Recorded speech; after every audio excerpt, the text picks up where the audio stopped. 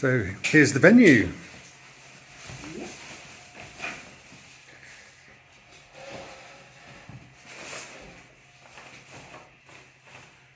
So this is where we live stream from. So this is what OBS runs on Yes, here. there's a computer under there.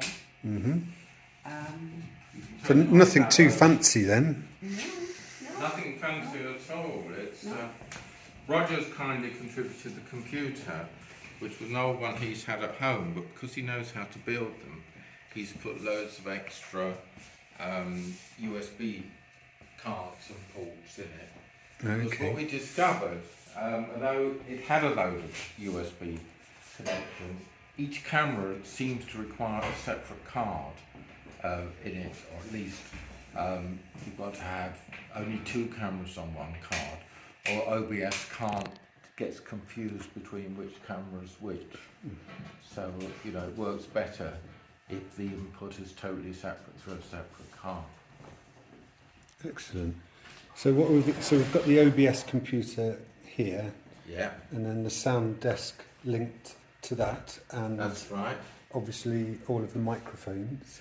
Right, 2 outputs from the sound desk, so it does both the front of house sound through one of its auxiliary channels, and then through its main output, it goes through these attenuators into the system for OBS. Okay. The sound desk does, in fact, have its own USB output, which is meant to connect directly to a computer. That's what you first started using. That's wasn't what it? we first started using, but actually it was too troublesome and didn't give you quite enough control. So we found it better to do it separately. Okay. I think it might just be that technology is a bit older than OBS really. So Right. I think they're not quite compatible. Okay. And what's going on here? Right. This is the lighting desk. This is the lighting desk. It's a very, very, very old-fashioned lighting desk that Morag's nephew, who's a sound engineer, found in his garage. And since he doesn't do lighting, he thought we might like it. And it's exactly at the right level, really, because what we've done... Did you turn the lights on, Morag? Yeah. What we've done is... Let me turn them on for you. Well, that's the filter system, the black That's pipe the up there, filter isn't it? system, yeah, with the With the holes grills and at the bottom. grills, yeah. Here come the lights. Now, The glitter ball was here when we moved in. We didn't buy it. I have glitterball envy. but if you watch the glitter ball, it does do that. Yes. It's amazing what you can get with technology. You see, oh no, Mark hasn't turned it off. So I have. can do it. So the lights are cheap 15 quid lights from Amazon, in fact. But they're DMX controlled, so you wire them all up together like that, and you can control all the separate colours on the lights.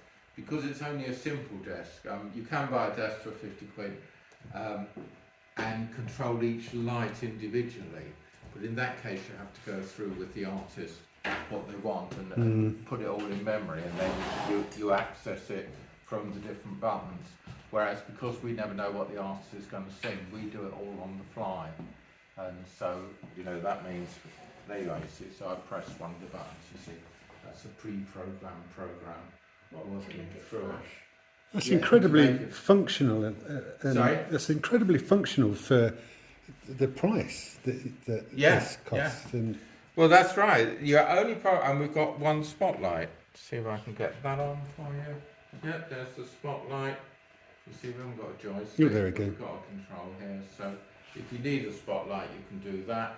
And then if you really want to go to the effect, oh, that one up there. you can put your spotlight on the ball like that. And then you can have the ball rotating. Have you turned the ball on? No. Yeah, There we go. Yeah. Remote controlled glitter ball. Everyone should have one. Yeah, remote control is just from Amazon. It's just 5 sockets, with the button. A mains, yes. Yeah, so that with extractor up there. The screen. How do you... So screen, yeah. So the screen with which we that's linked up to the computer. So when OBS is on the computer. We have that screen up there for the audience's interest. And we just lower it enough so you get the top half of OBS, the two screens, so you don't see all the technical buttons at and so that means during a performance they can see what's actually being broadcast, and they can see the secondary screen where whoever is operating is choosing the best shot to then bring in onto the live screen. Then when we're not broadcasting, we drop the screen down to its full height or full depth and have the camera on the stage in a fixed position, so it's just like you get another view for the audience And we here. have some seats that have an obscured view because of this wall here, and so we have a screen here, so they can see the entire. And you can see this screen through the back as well, I noticed the other day when I was here. You can actually, yeah. Which Yeah, I know we have that. two screens, Yeah, just one reversed. it's a little. And I'm particularly interested in the cameras, because these mounts look pretty special. They give Robinson effect. Right, if you look at this one, I've turned it on. The mount simply pans. Yeah. Oh, so you're pressing that button, Yeah. and you get the pan. Yeah. Or go up and down. Yeah. Okay. So that way you can adjust the camera without too much shake Ah, or anything right. else, and without having to get behind it and loosen all this and then tighten it up again. Great. Just a very simple £100 or so from Amazon. The camera has a simple zoom lens on, which I've attached That's excellent. to a thing just so that they're not sort of fiddling around in the dark trying to reach the camera lens. That's it really, that's the camera, and it's got the button on it down here that comes from the camera which focuses. Autofocus button. Yeah, because the camera obviously does have an autofocus, but when you're on stage it's often not quite sure what you want to have in focus. And then via another remote we have an on-air sign there towards On air. the audience when we're actually broadcasting, so that they can all cheer spontaneously. Do you want to see that again? Definitely. There you are. Oh. So, no. It changes the atmosphere in the whole room. Well, it absolutely it does. You see, that goes down very well. Yeah, I think the Geekery's going to have to get one of those. And I don't know if it's warmed up, but back to the Oh, the stage. smoke machine. There you Hey. are. A 40 quid spoke machine from Amazon.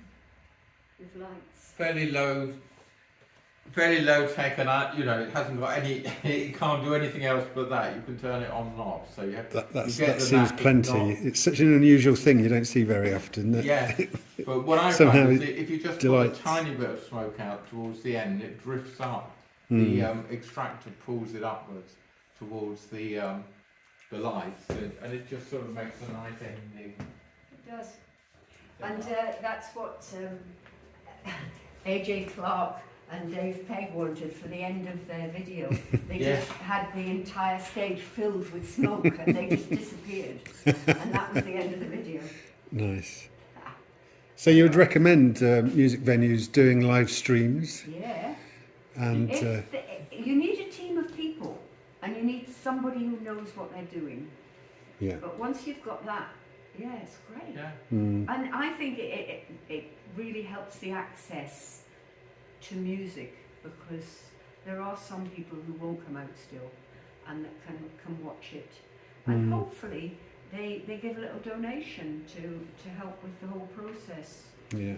There's not so much these days, not so Yeah, much. no, I mean, to start with, it was definitely a way of making money for the artists. Now, you get 25, 30 quid or something like that, but because people could come, they don't tend to donate, as generously which makes perfect sense. And also with the economic times Yeah. we're in as well.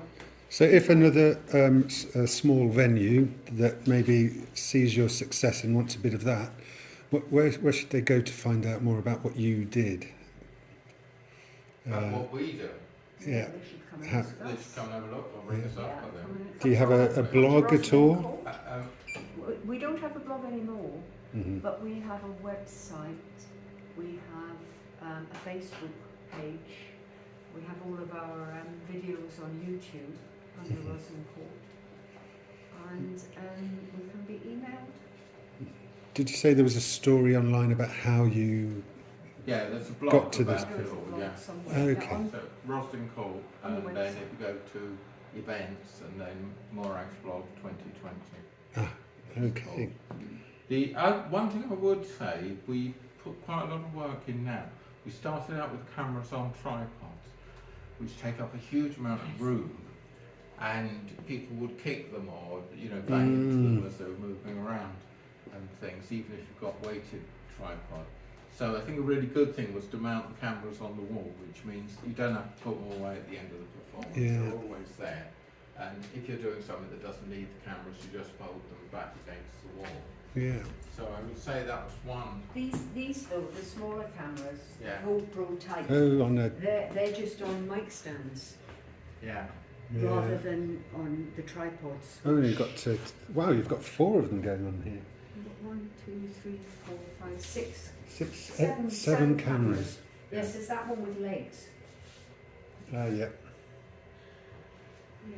And I remember a fretboard camera for one of your events in the past, didn't you? Put one of Fretboard. you attached a camera to a guitar, Hey, no, we haven't done didn't that you? yet. I thought I remember you doing that. But Okay, that's well- an interesting idea. Yeah, fretboard That's the cameras, high up one Stump mics. that does the Mm-hmm. the views of keyboards. Yeah. A bit of one of these. Okay, well, thank you very much for recording this. That's Thank fine. you for asking us. I'll try and answer some of the questions people might have, but otherwise, maybe we'll go back to your live stream on Thursday Yeah. in the future Yeah. and in the past simultaneously. So, thank you very much, Morag and Chris. Thank you, Matt.